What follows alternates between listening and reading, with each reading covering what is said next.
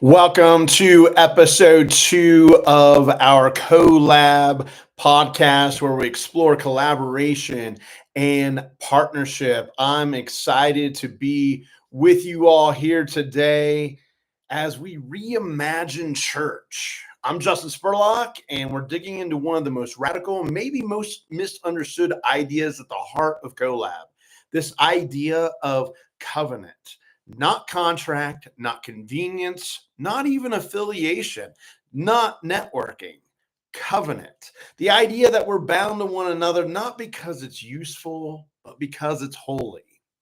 In this episode, I'm going to talk about what covenant means, how it's different from contract, and how this ancient sacred framework is shaping something new in the life of our churches. I want to explore how the world trains us to think in contracts, how it teaches us to think about connections from what we're going to get out of it, and how covenantal thinking is different. Most of our lives, whether we realize it or not, are structured by contracts. In fact, our whole way of being, even a nation, is always going to be a social contract. And there are clear terms, measurable outcomes, a defined date of when things happen. And oftentimes in our contracts, there's even an exit clause, isn't there? But covenant is older than that. I want you to think about Abraham in the book of Genesis under the stars. In fact, his name starts out as Abram. Okay. And then it changes to Abraham in the covenant. I want you to think about Ruth on the road to Bethlehem with Naomi.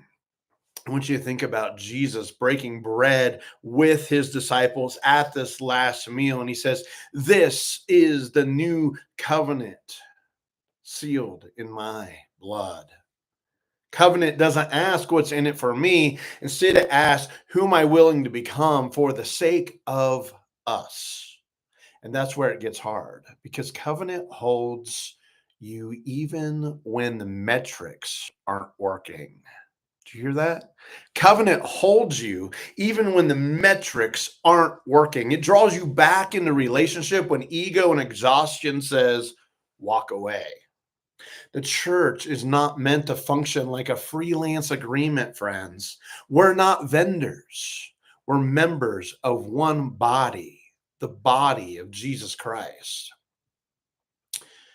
When we started this idea of collab, we didn't start by assigning tasks or staffing positions. We began with covenantal imagination. We asked, what kind of church would we become if we actually trusted one another? What kind of church might we become if our congregations don't operate in silos? What if success wasn't individual but collective? What if the goal wasn't to survive but instead to thrive together? Our covenant is a living, breathing document, and more than document. It's a relational reality.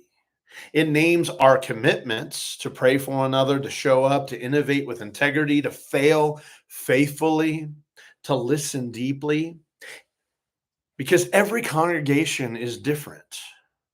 And the covenant holds space for that difference, holds place for that divergence and diversity. We're not cloning one another, we're committing to one another.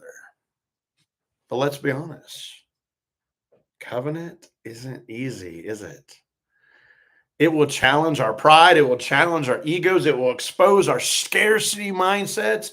It will expose our anxious presence.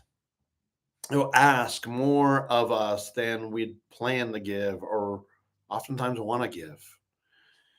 But here's what I've learned. Covenant frees us from the myth of self-sufficiency. It frees us from the myth of late 20th century and early 21st century overconsumption and the capitalism that has formed around it. Not just regular capitalism, but this like overindulgent kind that we've created. that tells us over and over again that we're better on our own. We're fine on our own. We don't need other people. One of the things that we've discovered in this epidemic of isolation and loneliness isn't just that people are lonely, it's that people somehow think it's a value to be alone. In covenant, we are given permission, we're given the freedom, we're given the grace to say, I can't do this alone and I don't have to. In my own ministry, covenantal leadership has meant learning to ask for help, not as a failure, but as a faithful act.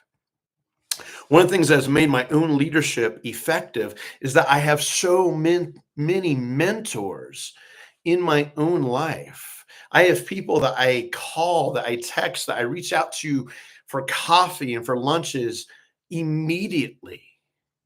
I'm not doing this on my own. I have a rich network of shoulders that I stand on, giants who have come before me, giants who are colleagues with me.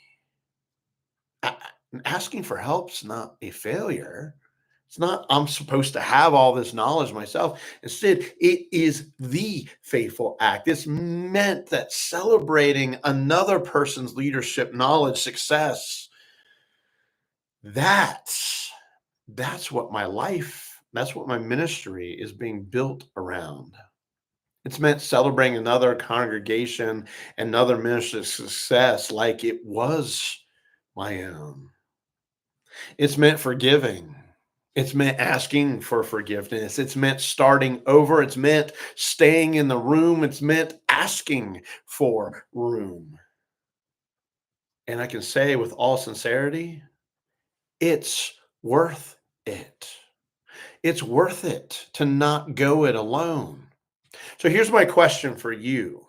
Where in your life, whether you think about your life as ministry or not, I hope that you can begin to think about it that way. Where in your life, your ministry, your workplace, your family, your household, your relationships, your neighborhood, where are you living in contract versus covenant?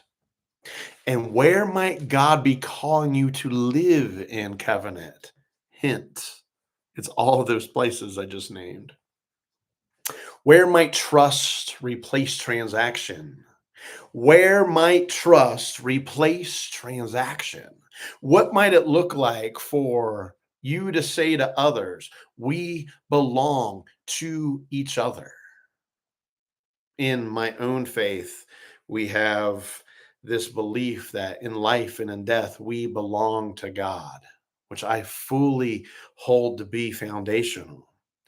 But I also like to say, in life and death, we belong to one another. I am my brother's keeper, to answer Cain's question to God in Genesis chapter 4. If you are part of a church longing for deeper connection and courageous collaboration, collab is the path towards that. And even if you're not officially part of it, you can live this kind of life, you can live this kind of ministry, you can live this kind of community right now, wherever you are. Friends, I want to thank you for joining me for episode 2 of Collab Church Reimagined. If this is stirring something in you, share it. Talk about it. Talk about it with someone at your church. Talk about it with your pastor. Talk about it with a coworker. Talk about it with a spouse. Talk about it with a friend, a neighbor, someone who is sitting with you wherever you might be at. In our next episode, we're going to dive into one of the most exciting as well as complicated aspects of collab, collaborative staffing. Until then, stay rooted in grace and brave in your belonging. Thanks for joining me, friends.